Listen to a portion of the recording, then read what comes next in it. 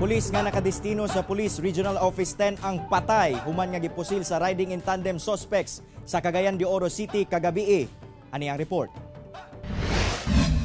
Dead on the spot si Police Corporal Eljan Capawa, 30 anyos, taga Upper Ramonal Village, Barangay Kamaman-an.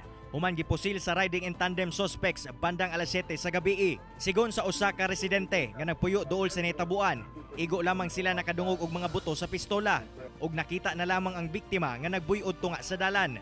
Naka-helmet kuno ang mga suspect nga paspas misibat human sa hitabo. Pusil gito. Kay wala may magpabutog pikulo karon.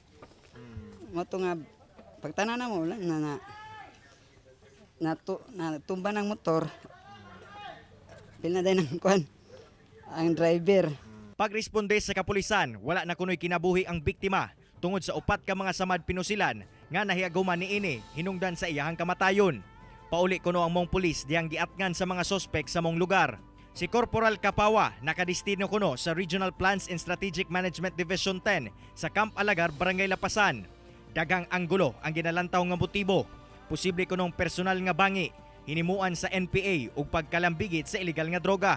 Labi pa nga ang igsuon sa biktima nga si Johnny Capawa baghuay lamang nadakpan sa bypass operation nga gihimo sa Lumbia Police Station. Magabalantayon sa kanunay ug security ang hardening measures atong hugtan no sa kay lagi ug mauli na nga PNP personnel soft target siya.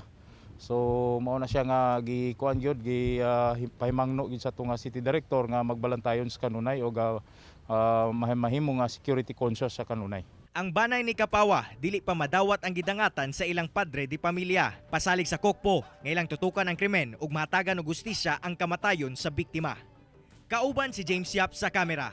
Ako si Cyril Chavez para sa One Mindanao.